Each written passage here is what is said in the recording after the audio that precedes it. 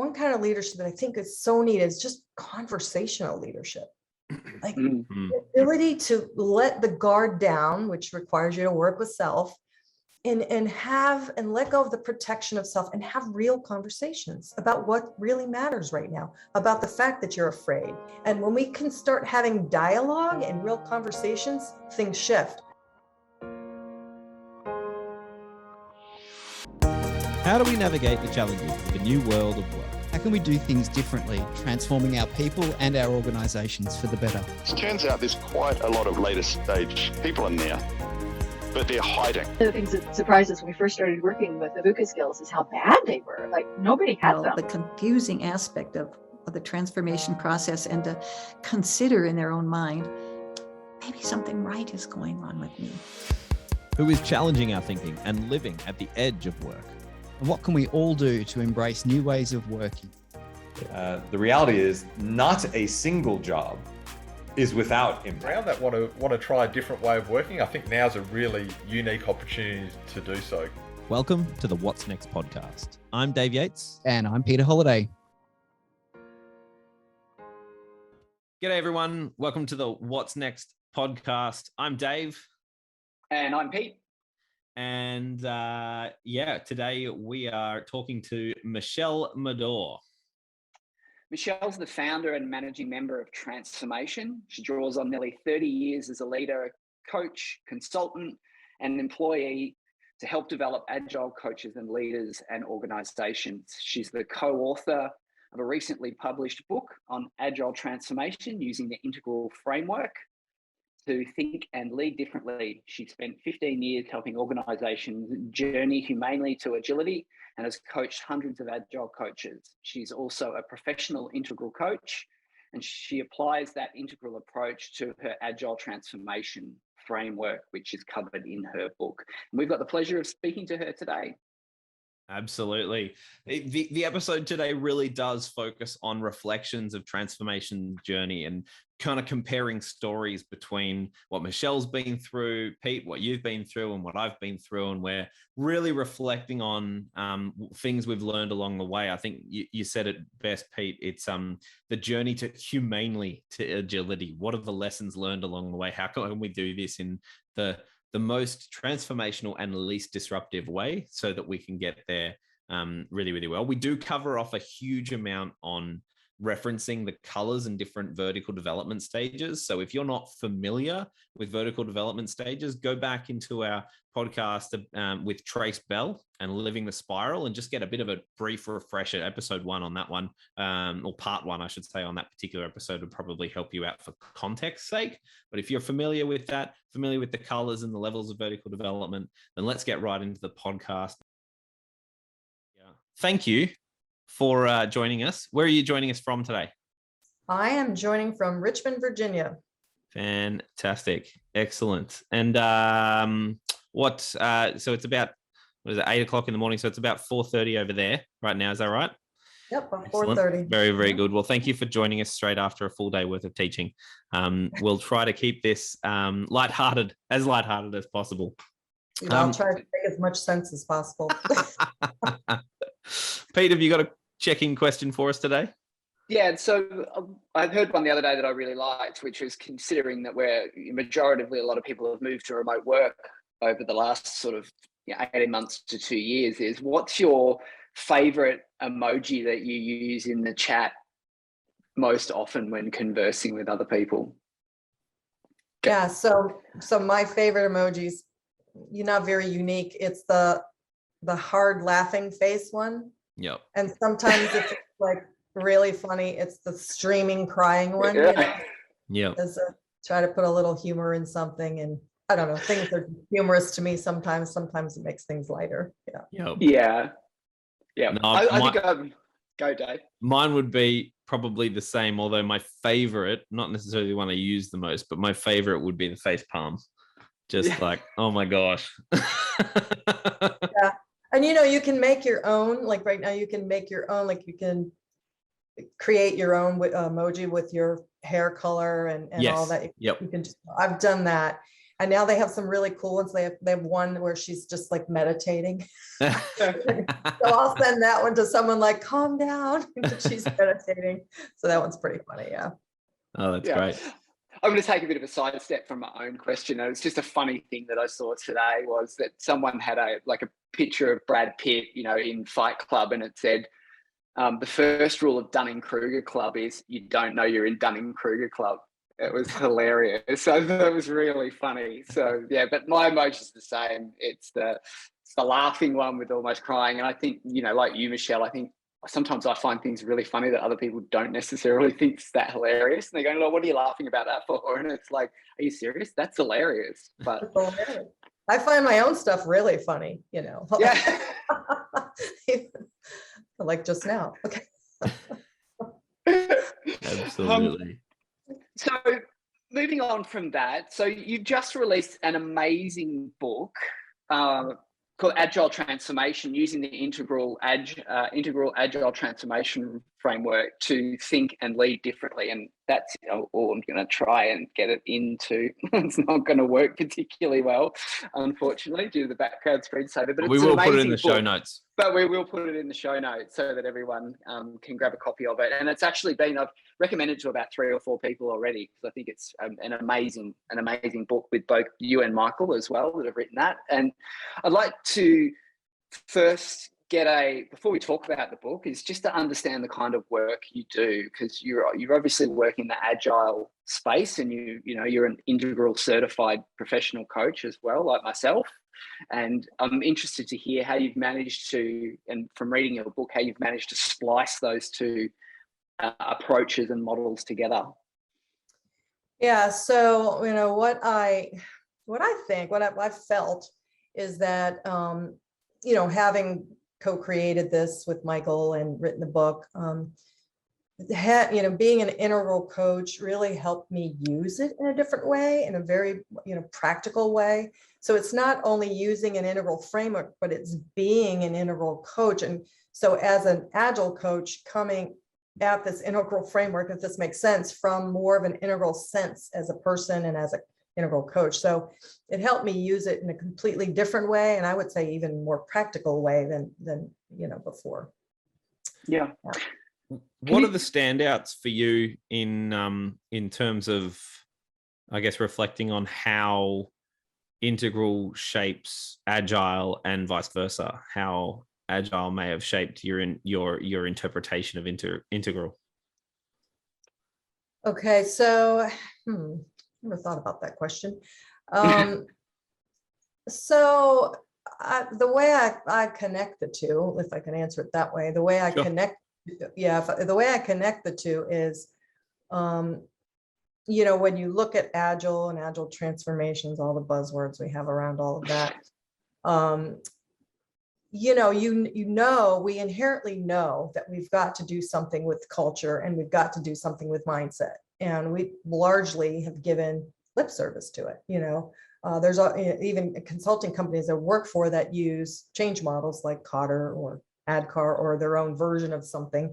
Most of the coaches and consultants in there would get to the part of the change model like Cotter's where they talk about changing culture and ask questions like, does anybody know how to do that? A group of senior principal consultants would actually have these sidebar conversations like, we actually don't, how do we do it? Does anybody know how to do it? And so I think Integral helps us link this organizational change to a more holistic approach. So it gives a frame, it gives a structure, to speak from an integral sense, right? It gives that lower right structure to change, which is missing in a lot of cases. We don't really, how do we shift culture? Well, you do that by looking at all the other quadrants and what's showing up there. It's nothing is done in by itself, on an island. So for me, it connects what's largely missing in the Agile space in terms of looking at a more holistic approach. Is there absolutely. Is there a specific quadrant you find again and again is missed in Agile transformations that you've been exposed to? Yeah, and I would probably say that most people, maybe even yourselves, would tend to agree with this. As I work with, lots of coaches all the time, it's like the nodding of the head every time you bring up this, which is, yeah, we have for a long time, we gave most attention to the upper right quadrant, with behaviors, practices, the Scrum practices. So, we just taught and taught and taught, and we said, oh, and take on the Agile mindset. Yeah, well, you can't really take on a mindset. You can't give someone a mindset. I can't just tell you to take a mindset on. It doesn't work that way. That comes from inside. So I feel like the left side of the framework of Integral is primarily where it's missed. The upper right was where we spent a lot of focus, and then we shifted down, but still on the tangible side, we shifted down to, systems and structures. And that's when SAFe came along, and less and DAD and, all those things. So we thought, oh, well, it didn't work, and we can't scale it. So let's install another framework and that'll do it. Yeah. And then, we know that they still fall short because leadership's not involved and culture's not worked with. So I would say both the two quadrants on the left are largely missing. Do you think that's the product of it being in probably an enterprise setting where it's very hard to justify major spending on invisible goals? Yeah, so that's a really good question, and I can go a lot of ways with it. So I'm trying to stay succinct.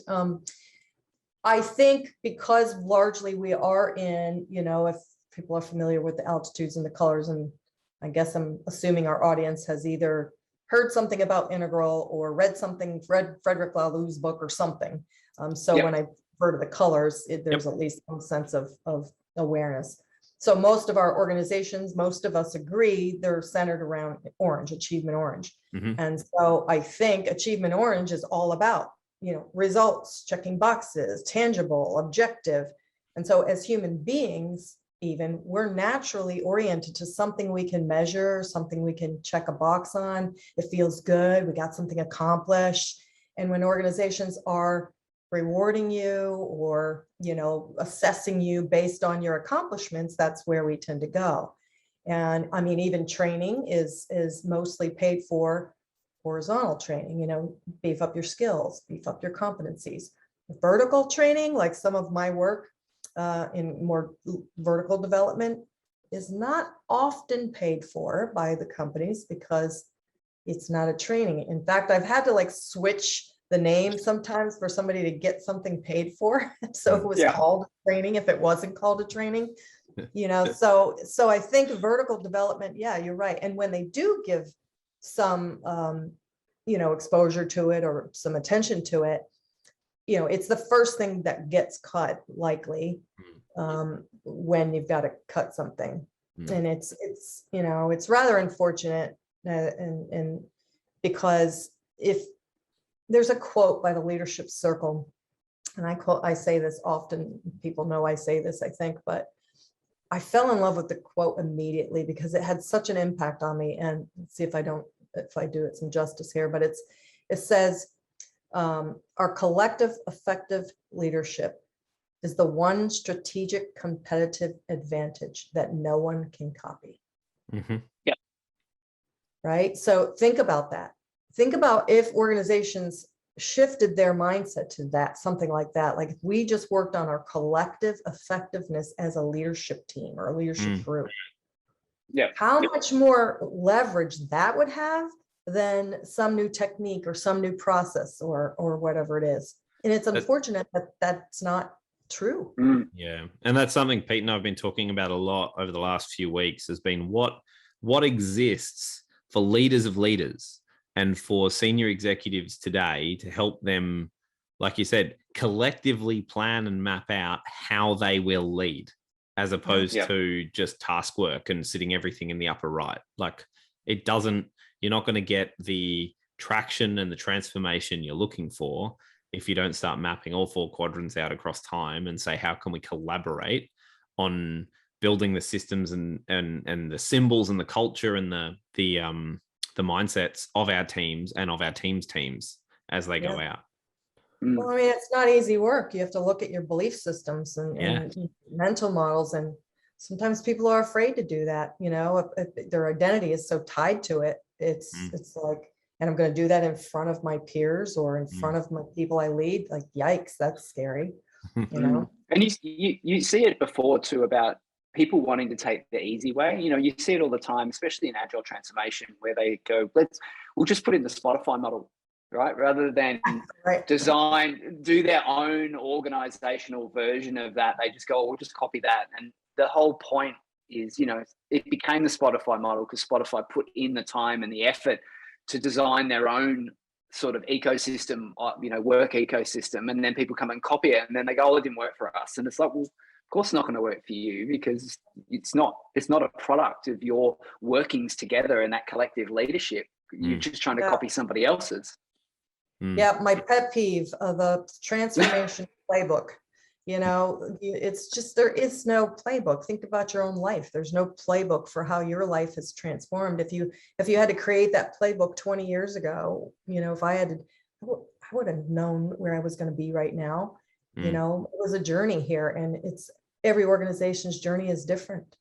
And so I've got a client right now who's going through this, and the realization is becoming that as much as they are a technology company, realistically, they're actually, from an organizational design point of view, actually building a software company, and yet they don't have any software. They've always contracted that out. So when you take a stand back and look at what needs to happen, the transformation is on the organizational change to center around a totally different set of skills.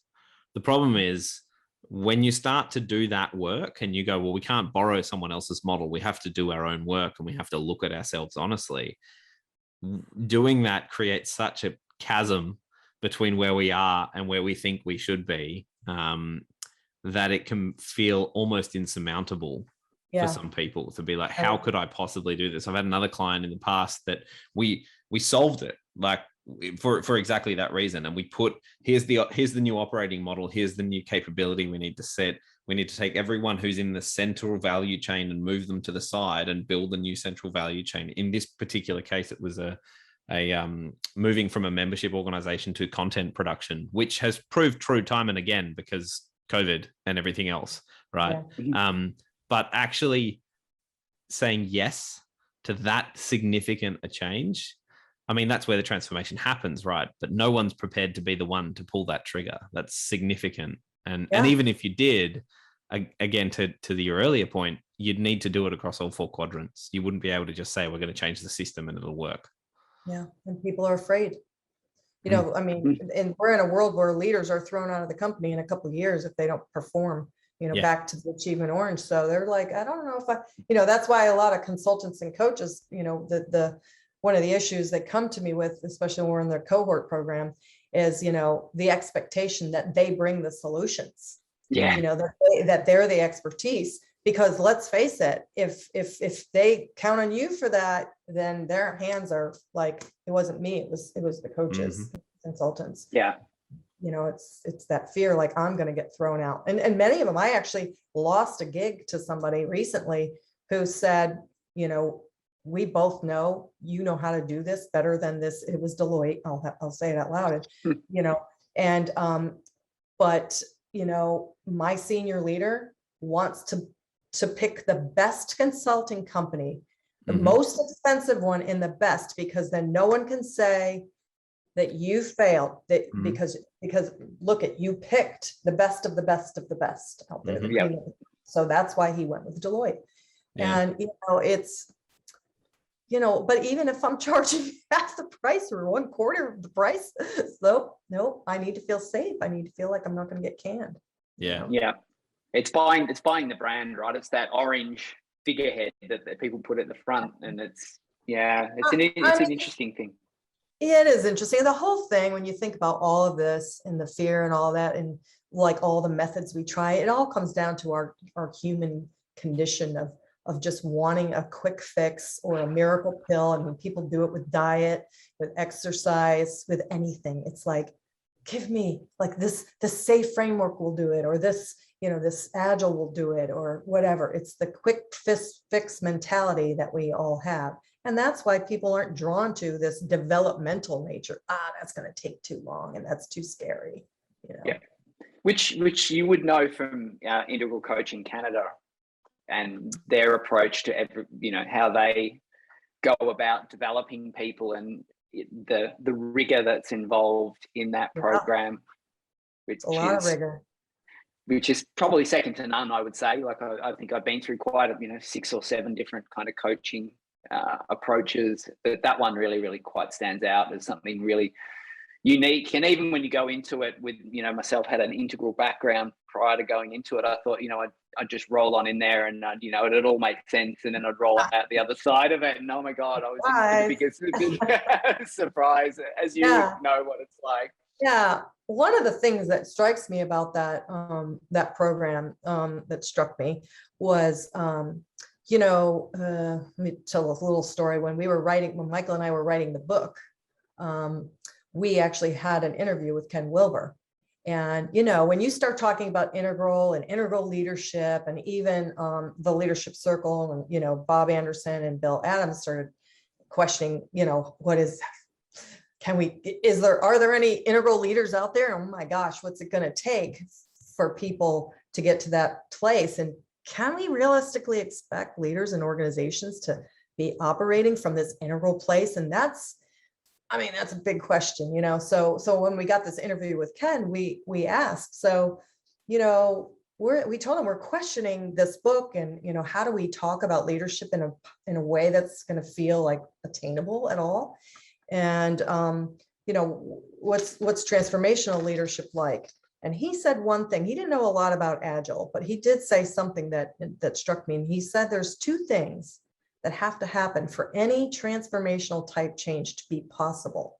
He said those 2 things are, 1, you need to be able to, see yourself in a moment, see your seer, he calls it, or, it's just seeing yourself from, in the moment, that's the self-awareness. We also talk about it in terms of making the subject to object switch, right? That was the first thing. So when you go through the integral program, it is so about that. Yeah. It's the metaphors that you use, the current way of being, the new way of being, is so much about using those metaphors to be able to see yourself more objectively in the moment, and then more and more so you can come from choice. And so, that was one of them. So in that program, I thought, well, they really have. And that's probably why he endorses that school, because that is one of the things that he knows about change, even personal change. Organizational change is the same way. If they don't see themselves and their way of operating, if they don't see the issues, then, we're beating our heads against the wall as coaches. We can't tell them enough, And it's tough for particularly a big enterprise to move to that objective space where they move beyond being self-referential.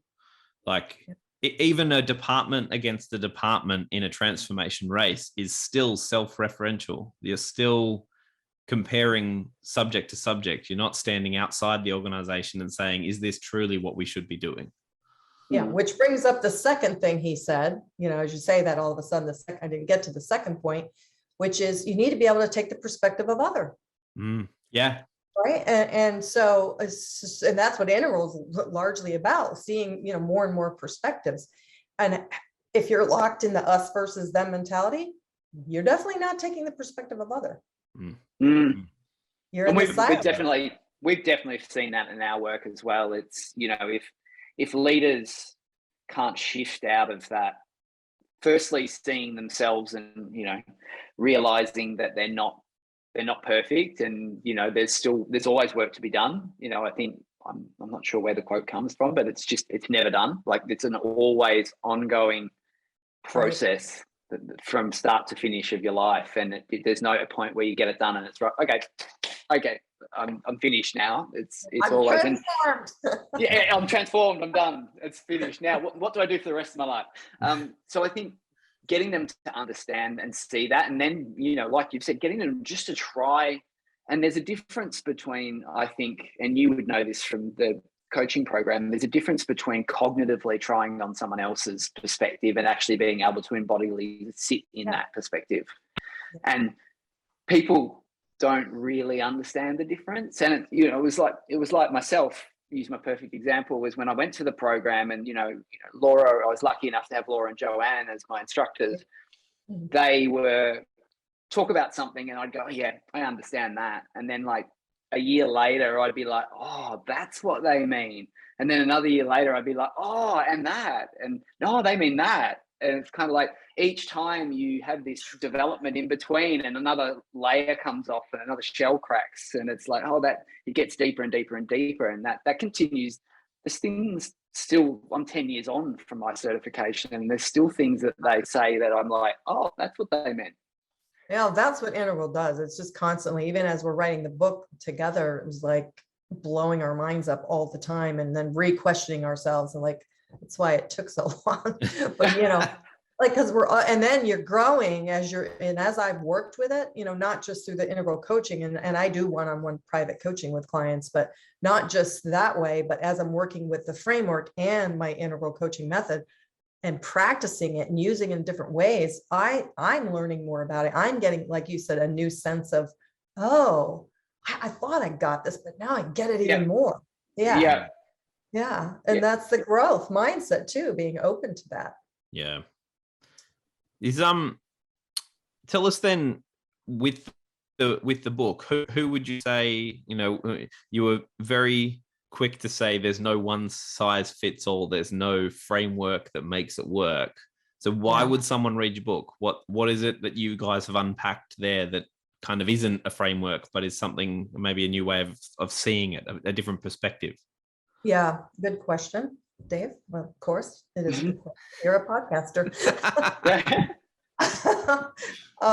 So what I would say is that, there's a lot of frameworks out there. So do we need another book about another framework? Probably not. It's called a framework. And sometimes I'm like, was that a good choice of words? Or was the title of the book Agile Transformation? I'm almost allergic to that right now. Like, should we have called it something different? But, it's what people are using. So the jargon of it, or the buzzword of it, at least catches people to read the book. But why should they read the book? The reason I think they should read the book is because a lot of people have lots of frameworks, have lots of models, lots of tools. But what I hear after people take my courses or spend some time with me, or even read the book, is that, they were doing all these disparate things, like trying this, trying that, and always knew there's something like they're wanting to grab onto something more. And then seeing this, we call it a meta framework. And I think that's a better term, because it's not a prescriptive install this framework thing. It's a way for you to see your system. It's got so many uses. It's got, and I practice these uses with my clients and with my, my students. We practice it. So use is like a systems thinking tool. And this from people doing integral work. It's a systems thinking tool. It's an assessment tool. You can take any single thing you're working on in a backlog and go, why am I stuck on this? You can put it right in the middle, and you can start using it to discover all the things that are unfolding.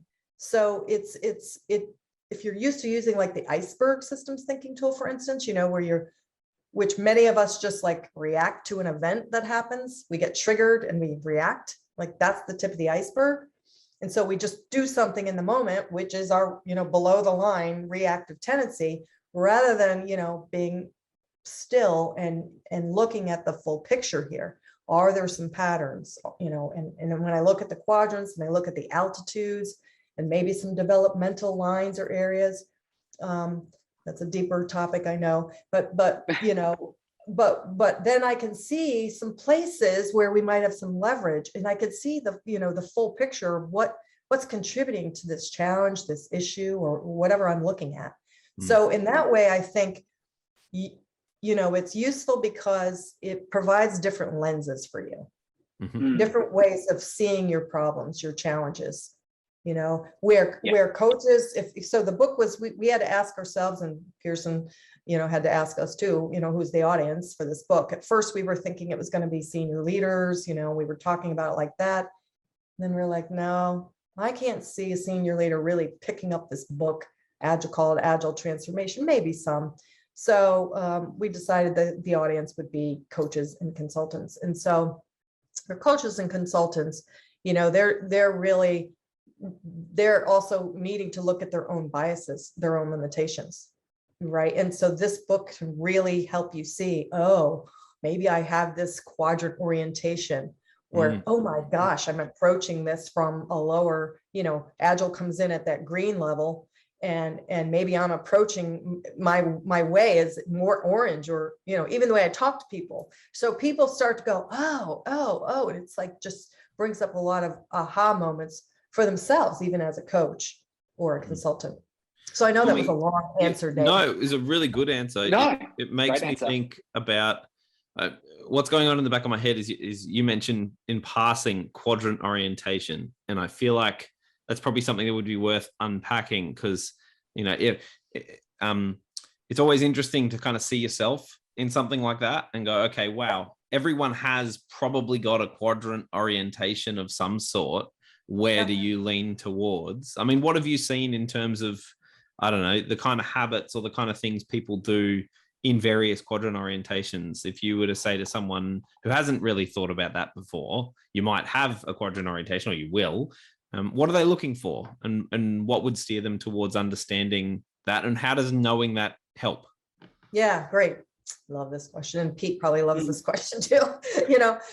Actually, ICC has like these videos on their website that you can look at that talk about the quad, and they have these. Have you seen it, Pete? Where they have these cams that come out, and it's kind of funny. People are like in their own quadrant orientation, they're like judging and like, oh my God, why would we ever jump into action right now? Like the systems person is like, why would you want to, you're in a meeting and the guy just says, I say we just jump into action. And the systems girl is going, why would we jump into action when we don't even see the big picture here in her mind? Like no one's ever saying this stuff. Well, usually people have enough, like they're just holding it in their minds. They don't say it out loud, but it's going on in every meeting. And this is why we can't all get on the same.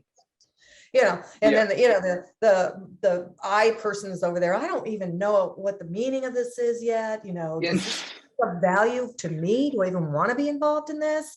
And so they're trying to make meaning from that upper left quadrant with a guy talking about, let's just jump into action. He's like, and his mind, no. And the systems person is going, well, it sounds like it's all about you, and what your meaning is, And then the weak quadrant's just going, can we all share a bit about ourselves and why we're all here together? So it's really, really funny, actually. Wow, it just opened your eyes. So like this actually is going on.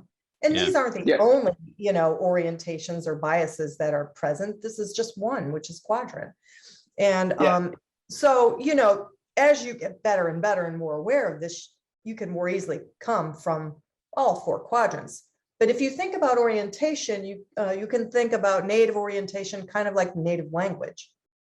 Like, where are you most comfortable first? Like, it's not that you can't go to the other places, but where do you most often go to in the moment? And so you begin to say, oh my goodness. And so as integral coaches, I'm sure you experience this. I could be teaching at a conference or teaching my classes even. And, you get the person that keeps going, all right, so what will I do with this on Monday? Or, how do I implement this with my team? Or, what action could I take tomorrow? And that's great. There's nothing wrong with it, but you know right away where they orient. They want to be able to take action, and that's how they find meaning.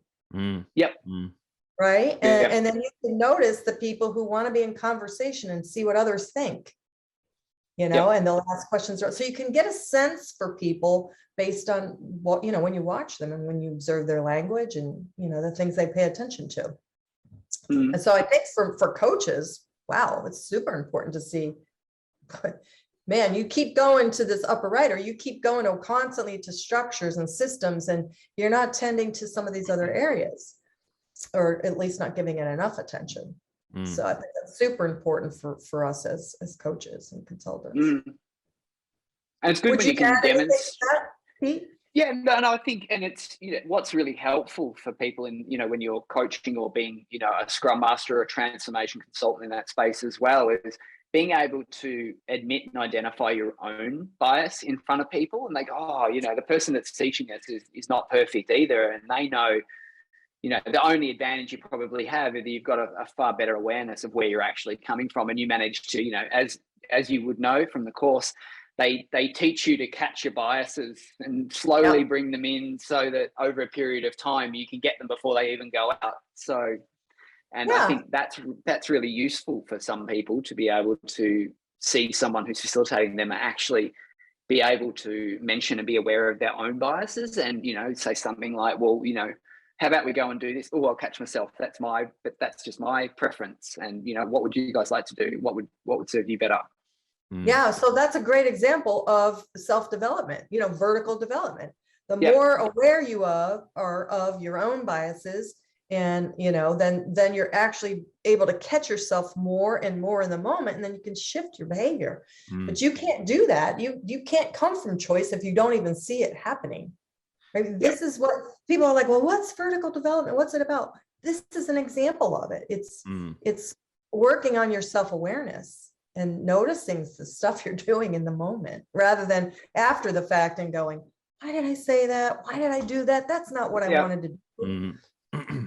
Or being able to feel into the space as well and go, actually, I can feel that there's tension here. Maybe if I do a bit of disclosure and show them how it's done, then you feel the whole weight of the room drop, rather than converging into some sort of condensed tension. It dissipates that, which I think is really, really helpful. Because again, if you're working with a group, and traditionally lots of consultants and coaches and have a very distinct me and you relationship, where I think once you've been through the processes and the vertical development and something like the ICC course, it's really about how can you be in the mud with them, rather than that very kind of achiever stand back and just, no, I'm going to be the professional expert here and you're going to do the work. Let's all get in together. It's a partnership. It really is. It's a partner. It feels like more like a partnership rather than that, me versus you. There's a leadership opportunity here as well. We've talked a little bit about energy management during season 1 of this, just reflecting on the Great Resignation and post-COVID burnout and a few other things as well, and just thinking about where we ply our craft and where we actually need to delegate or take a stand back. And I think what you mentioned before about knowing where you go to first and knowing what's hard to get yourself into, like is there a quadrant that takes significantly more energy for you to work in versus the others that you fall into more naturally, is also another way of being able to be a good leader and go, okay, this is going to burn me up something crazy to try and force myself into this space. Granted, I've got some work to do to get into that space comfortably, but in the near future, while I'm leading a team, I'm going to need to delegate into that space so that people can lead me through it in that particular quadrant. Great point, Dave. Great point. Yeah. It's really about the awareness is critical. Right? You need the awareness to be able to realize that you're deficient and therefore have that awareness to say that that's going to cost you energy, delegate someone else in there. So having the awareness of the quadrant doesn't always translate into doing activity in it. It's just having the awareness that there needs to be activity there. Yeah, exactly. Yep. I had a tiny example here. I had a client once that in leadership, she did the leadership circle, and she came out in the controlling, achieving, part of it. And we realized that her orientation was upper right, just getting things done, achieving, and she led a pretty large transformation organization in a really big company. And when we first started coaching, we both laugh still to this day about this, but she said she had this revelation, oh my God, so I have to create these relationships with people so I can get something done. And she was like, oh God, I really don't want to have to do that.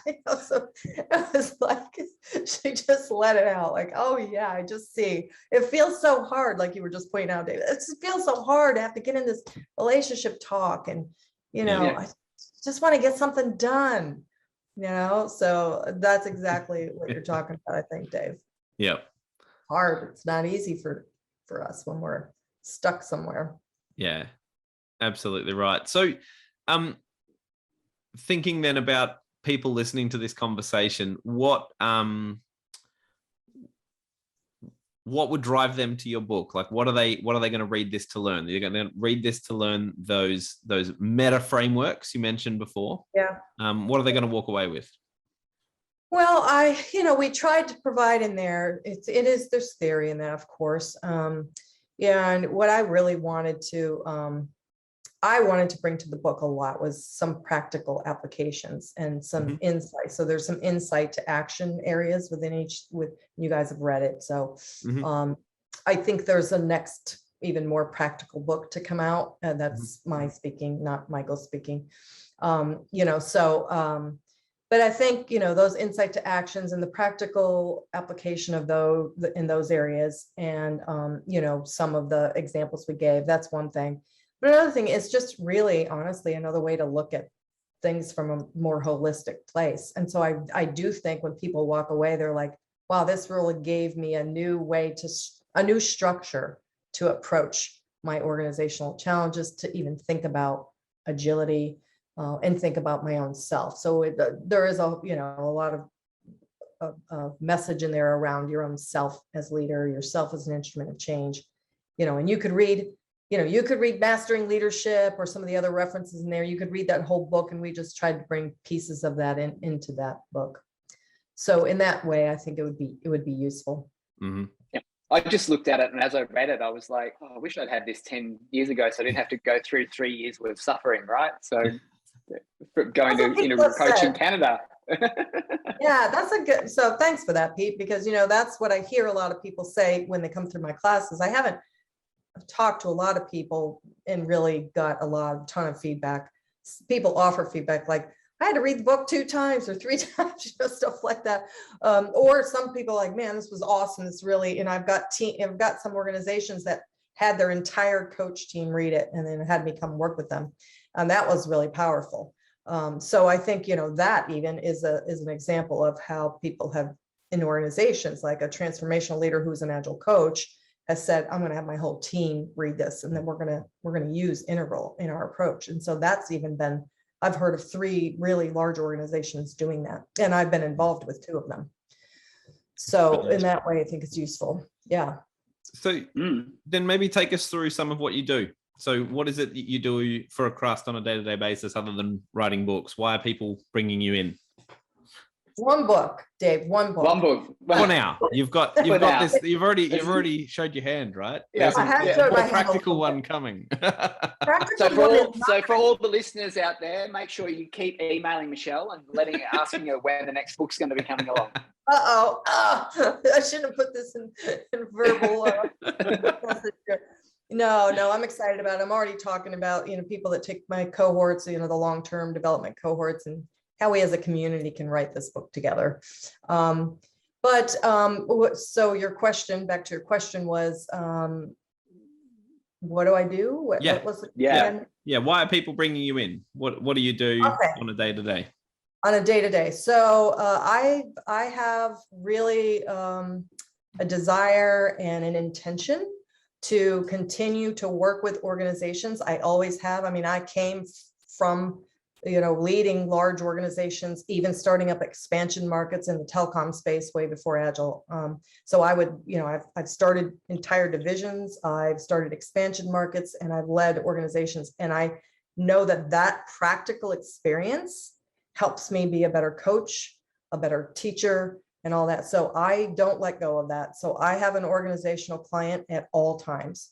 And so I do organizational work. And when I say that, it's like people call me up to say things like, hey, we got stuck and then we tried this change. We did this thing and we got stuck.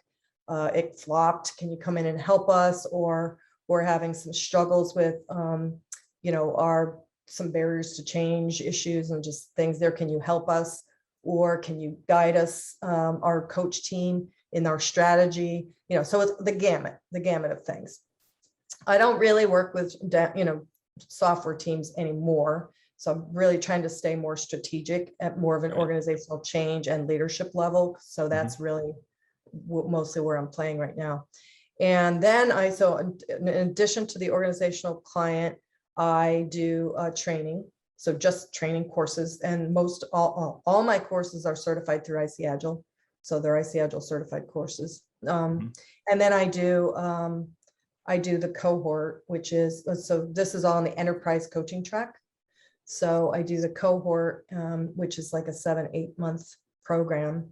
And it's for coaches that aspire or are already working even at the enterprise level. So that's a longer term thing than just the training courses. And then I do private work. So, like Pete, I don't know if you're doing this still, you're an integral coach, but I still like to do one-on-one coaching and use the integral method. Now, of course, at some point it's kind of mixed with other things. I bring the leadership circle in. It's not like I don't just stick to solidly to the method, but that just comes over years, as you know. And so I do a lot of the one-on-one coaching still. So it's like a portfolio mixture. Yeah, that's great. Yeah, it's great. Well, it keeps you fresh too, because if you're not, because I enjoy one-on-one coaching, but I couldn't do that by itself. That would ruin me, I would think. So that teams, I'm really liking teams at the moment, but also that, transformative strategic overview of how do we do this, especially seeing, in the space of vertical development and how, it's probably the thing that leaders need, and Integral is very good at breaking open that framework and giving the sort of the nuances and the complexity to help people build that specific capability. Yeah, for sure. Tell me, we're kind of, particularly in the States, by the sounds of it, very much emerging out of the last 2 years of COVID and whatnot. Have you noticed, as we try to establish that new way of working, that sort of post-COVID, we're not hiding anymore, we're embracing this new world order? Have you noticed the conversation change at all? Are people asking different questions? Are people looking for different answers, or is it roughly the same as we've had for the last couple of years? I probably am feeling a mix of it. I will, one example I have, I was working with a client, actually I was in Arizona when COVID hit, and I was, at first, remember, that scared us to death with all the social media and the media and stuff. It was like, you're going to die if you catch this. Go outside. Don't touch the packages. We were spraying the packages. It was crazy. Leave your packages on the doorstep for 2 days. Oh my God, somebody rang the doorbell. It was like, go spray your doorbell. But so it was when the first week of March, and when I went out there, I was really hesitant, but we were just hearing about it. So anyway, I went out there and I was there for a week.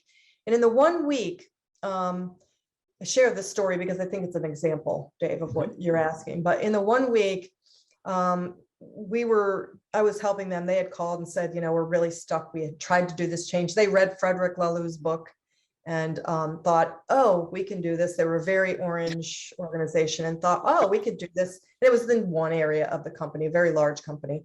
And so they just decided to change it up.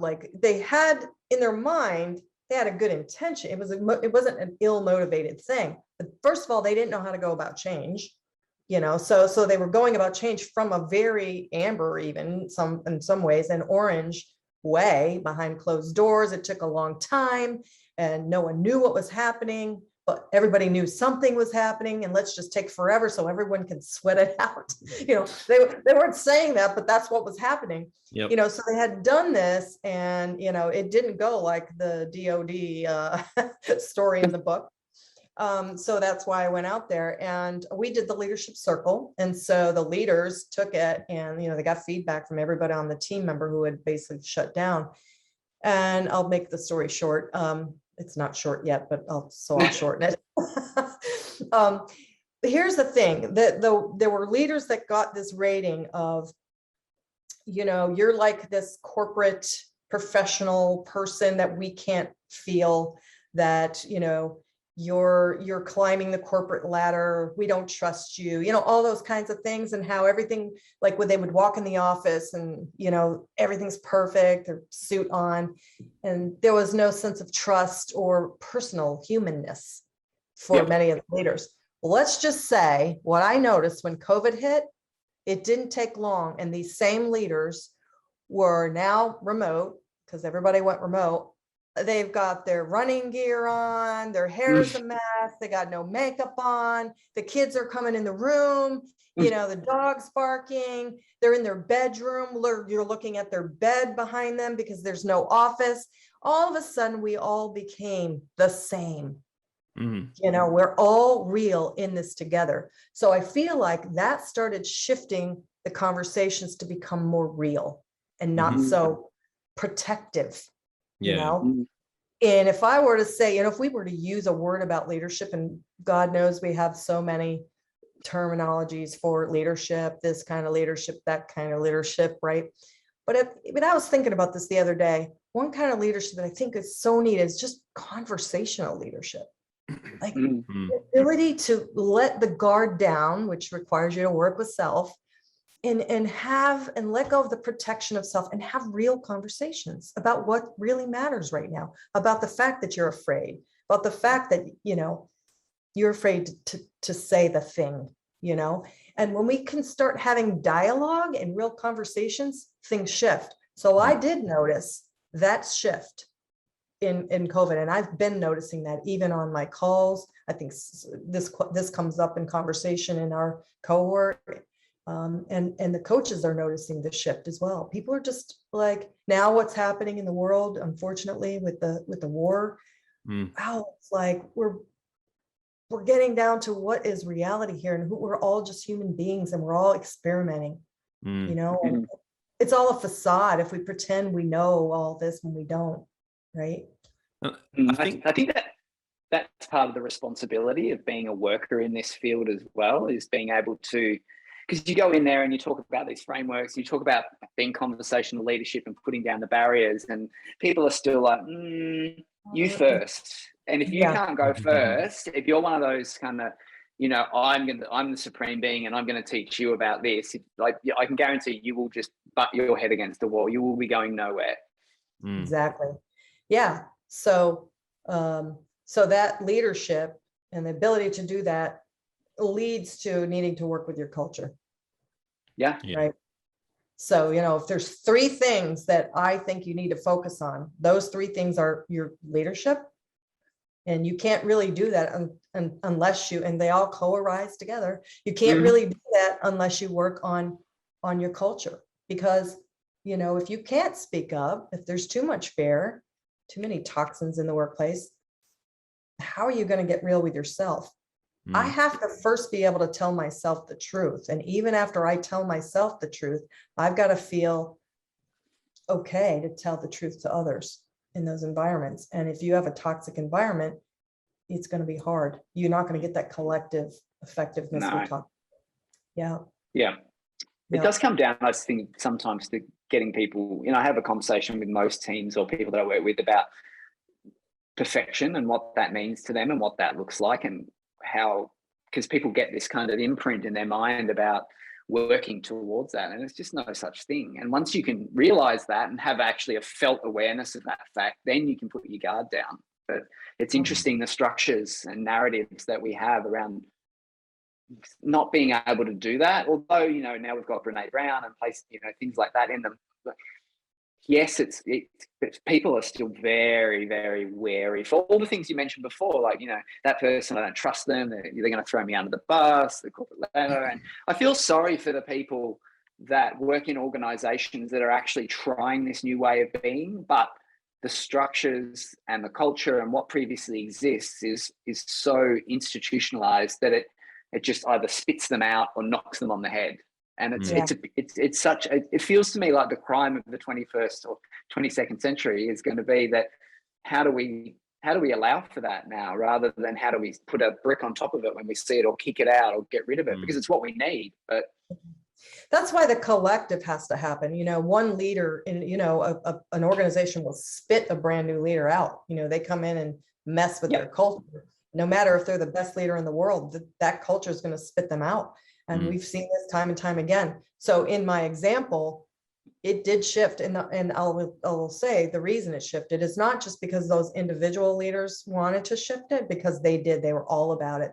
They started doing one-on-one coaching with me. We developed some cohorts, and that was the key. We created some cohorts, small groups of leaders that met, and they met cadence, and we worked on specific things that they wanted to shift on their team. It was a small part in this large organization, but you know what? It started having a ripple effect. People started noticing that, because of course they're interacting with other parts in the area. And so they started noticing they were showing up a little differently. I got a phone call saying, hey, we noticed what you did over there. What did you do? Can you come over here? And it was really about, honestly, it was about me working with the quality of their interactions and their patterns. And I think some of it is also moving from, I was reading about this the other day, and it kind of lit up a bunch, and it's coming back into my head. So the shift from deductive reasoning to inductive reasoning as well. So for people unfamiliar with it, it's the deductive reasoning is this idea of you start with general observations and you shift downward towards a specific decision. And so you're deducting as you go through each and every stage, a more precise way of thinking about a problem and a solution. It's very scientific and it's very robust and all the rest of it. But if you kind of reflect on all of the ways, even like the way Aristotle talked about the way we make decisions and dialogue becoming so important, right? And what Agile does to dialogue to get people talking, you're going in exactly the opposite. You're saying, let's get precise with what we observe. Let's be responsive to what we're seeing and come up with more meta frameworks, something less specific that people can take and do with what they will, rather than trying to prescribe to people over and over again. Exactly. But a lot of that comes from, like you mentioned before, actually getting the cohorts together, talking about it, and as a group being really specific about what is it we're seeing, what sits underneath that. Can we get really precise with the problem that we're seeing or the problem we're running into? Because if we can change that, we may not need to be prescriptive. It may just be a principles change or a values change that's actually going to run its way through the organization. Yeah, I love what you're saying there. You could take anything, and I said this word already, I'm gonna say it again, the jargon, right? Like the jargon it's got to go. And I probably, I've used some here, but I am on this heightened awareness thing right now about my jargon. Like, where do I need to break some bad habits? Like, okay, empowered decision-making, one of the same organizations I've mentioned, said, man, we've said you're empowered to make decisions. What do you do? You said you're empowered to make decisions. So, we just put empowered decision-making right in the middle of the Integral framework, and we did a little tour. What do we need? So let's get precise. What do we need to empower decision-making that we don't have right now? Yeah. What's blocking us from having, we've been trying this for a year, but no one's doing it. And so it's causing delays for us. Like, okay, well, you can't just say it. Your culture is not supporting it. Your culture is not supporting empowered decision-making. They're scared to death, or they don't know what the decisions are supposed to be based on. They don't have enough direction, right? So get precise, stop using jargon, even agile transformation and all of our agile jargon. We are loaded with it. Loaded. We are. Yeah. Focus on the outcome and start talking. Yeah. That easy sometimes. Oh, we're going to dissect this. We're going to dissect this podcast and see how much jargon Michele used. There's been a bit. So people are now they've said it. They're going to actually do it. Oh, y'all have at it.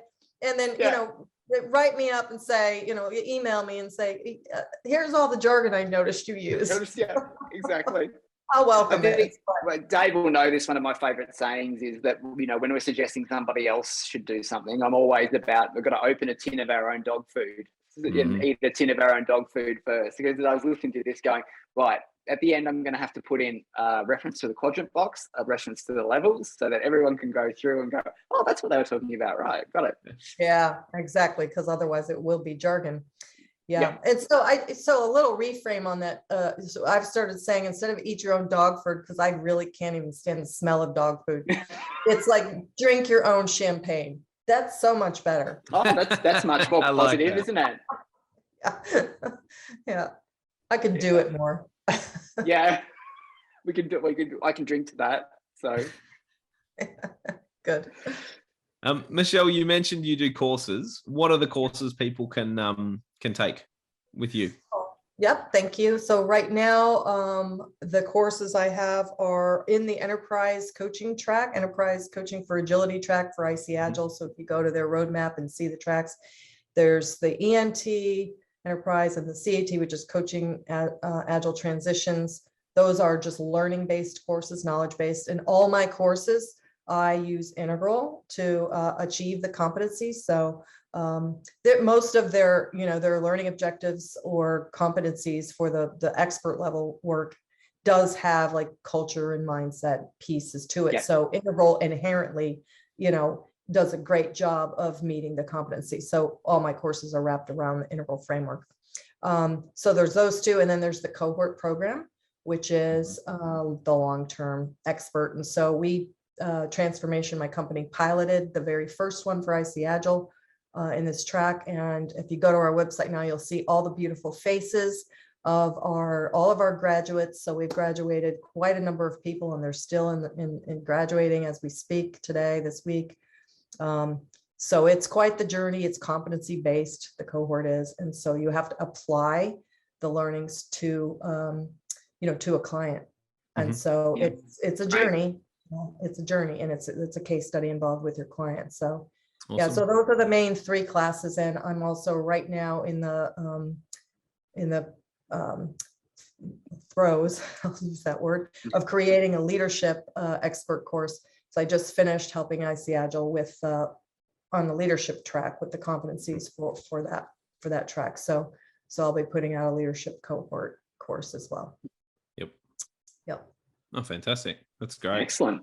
We'll list those in the show notes as well later. So definitely awesome. we'll put the links in there. You mentioned before, but I'm not quite sure if you finished. 3 things leaders should do. I was tracking that I had not finished. I said 2 and I didn't. Good pick up. So good pick up there, Dave. You were really on it there. Because in my mind I was going, oh, you're answering a future question probably.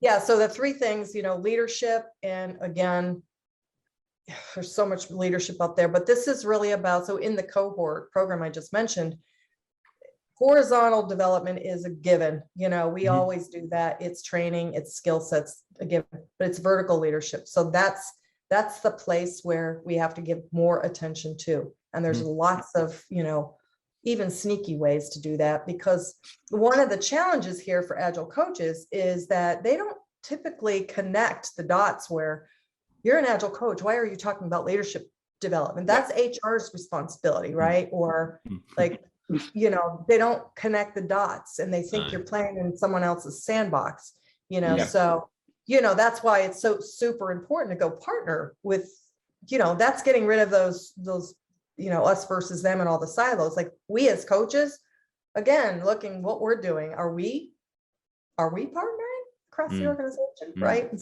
so that's that. So for leadership development work, that's key, that's critical, and that that's got to be more vertical in development. And then the second piece is culture, which I mentioned, and again, you can't just give lip service. So if I say, like what we gave the empowered decision making example, if I say we want a culture where decision making is empowered, okay, well, how are we going to do that? So speaking of Integral, the culture is the lower left, but I like to draw 4 quadrants in the lower left quadrant to say you can't accomplish culture shift by staying here. You got to look at all the culture indicators, which come from upper left, come from upper right, come from lower right, and of course come from lower left, your relationships and your environment.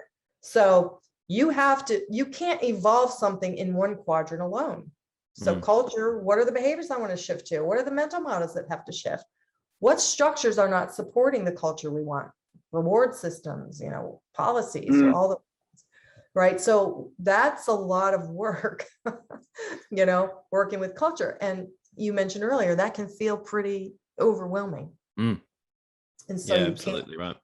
I think it all at once. At the end of the day, everything feels overwhelming, because like even what you were talking about before with the leadership piece, like the seeing everything and having been through it gives you the experience to know that I should go in and make friends before I start transforming. And maybe we should work with HR to do this because they're going to think I'm playing in their sandbox if we're not careful. But I've seen it happen across governance. I've seen it happen across reporting. Like Agile in particular breaks a lot of those traditional silos of an organization and forces people to do things different. Risk by transparency, right? Pull, not push. All that kind of stuff changes the way a team or a department interfaces with the entire organization. So it's not just picking one particular area. It's going, oh my goodness, we're going to break a few systems here. I need to go make some friends. And to your point before, yes, that means you're going to have to build relationships with people in order to get this kind of thing done. Well, relationships are how we do work. We don't do anything by ourselves. Relationships are how work gets done. So again, if you want to improve the quality of your interactions, work with your relationships, so that changes your patterns, that changes your results. So it's key there. So for me, my whole life before Agile, before anything, it's just, I was a good leader and I got places because I built relationships. It was a skill I had. It was something I actually cared about. I cared about my relationships. And that goes farther than anything else. Is how you can partner with people, build solid relationships. People want to trust you, before they'll do. So the third thing, finally, we're getting to the third. There we go. One of the, I maybe could say it first. I don't know. You never know which order. They're all important. I'm just like a product owner. They're all number ones. But the third thing is organizational change. So if you look at all the version 1 surveys and the business agility surveys of the world that have been going on for years and years, every year it's the same top 3. It's leadership, it's culture, and it's the way organizational change, or sometimes they say change management. So here, in my opinion, if you want to break it down, what agility is all about, and I think I said this in the book, agility is about building your change capability, because you got to keep going through change. That's what agility is. So for me to go through change well, build your change capability as an organization, and you will have such a great level of agility. So how do you do that? You've got to understand how you're, in the book we talk about integral disciplines, the 5 integral disciplines in there. So we didn't have 4. Because I was like, no, we got to there's another one. It's like evolving conscious change, like evolving how we go through change in a more conscious way. Like instead of this autopilot, doing things the way we always have been, below the line, reactiveness, like how are we going to go through change so people don't feel victim to it? So that they feel like they're a part of it. So that's the third one. And I could say a whole 2 hours on that. Well, we don't have 2 more hours. No, we do need to wrap up. I think one thing we like to do at the end of every podcast is give our listeners a challenge. So if there is, based on the conversation we've had today, if there was one thing you were to tell our listeners to go and try, just give it a go and see what happens, what would you be steering them in the direction of? Other than read your book, of course. Well, yeah. So I guess I have to make an assumption that they know what we're talking about here in terms of integral 4 quadrants. Can I make that assumption? Well, if they haven't, they can listen to the rest of the podcast because we've covered in all the other ones, and they can go and listen to other episodes. Yeah, absolutely. Right. Yep. So what I would say is, what I know about working with enterprise level and just any agile coaches, they come in my courses and they come to talk to me and they feel stuck. They feel frustrated. They feel like, they're stuck in this achievement oriented kind of world. And what I would say is if figure out where you feel stuck. Where do you feel stuck right now? What's stuck? So in 2 ways, look at that. How do you personally feel stuck? How do you feel stuck? Notice where you feel stuck. And then where is the organization stuck? Well, likely where you're stuck, you're not going to be able to take the organization any further because you're stuck there. So pick anything you're struggling with right now. So if you're listening to this and you're looking for something concrete, what's something you're struggling with right now? And take that and try using integral to look at it from all the different lenses. Just pick one thing and don't pick a agile transformation. That's big. Pick a smaller thing, like pick one thing and begin to look at it from different lenses and say, oh, okay, I can see where maybe this is contributing to that.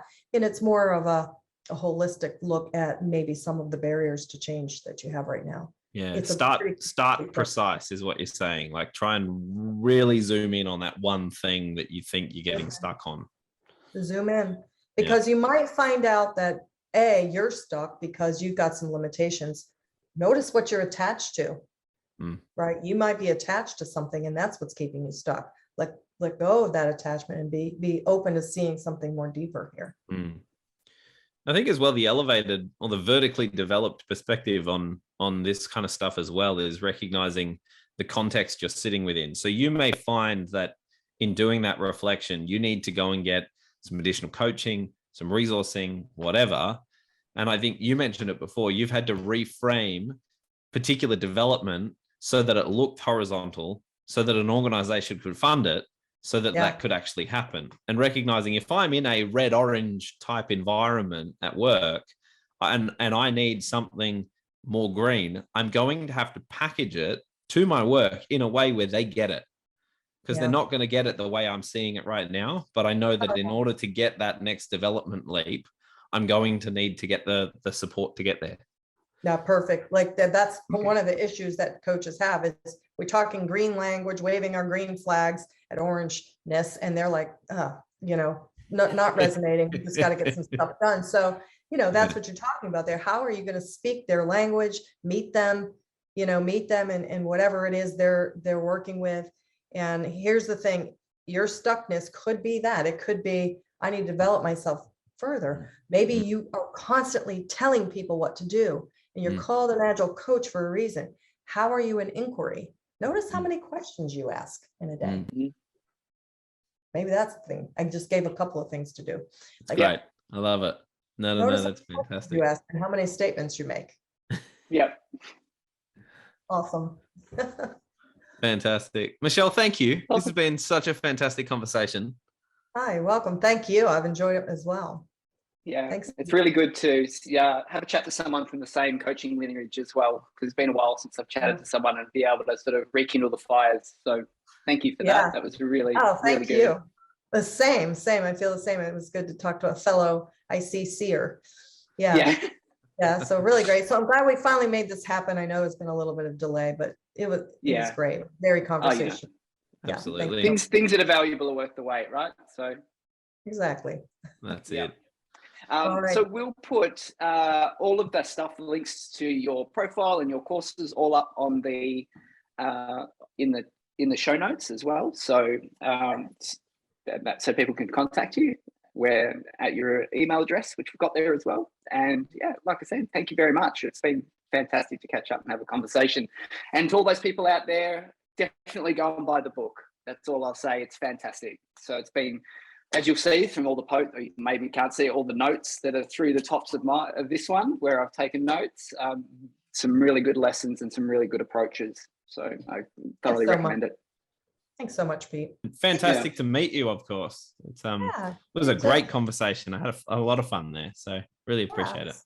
Same. It didn't even feel like sometimes these feel like an interview or something. Yeah. Which I don't enjoy at all. Yeah. No.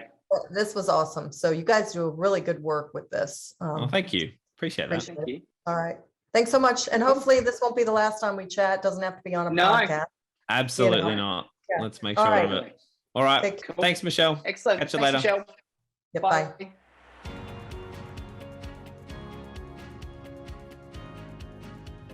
That's the end of today's episode. Thanks for listening. What's Next is brought to you by The Next. We are workplace futurists and transformation facilitators. You can reach us on the web at www.thenextnxt.com.au. Please ensure you subscribe to our channel to ensure you don't miss our up and coming episodes.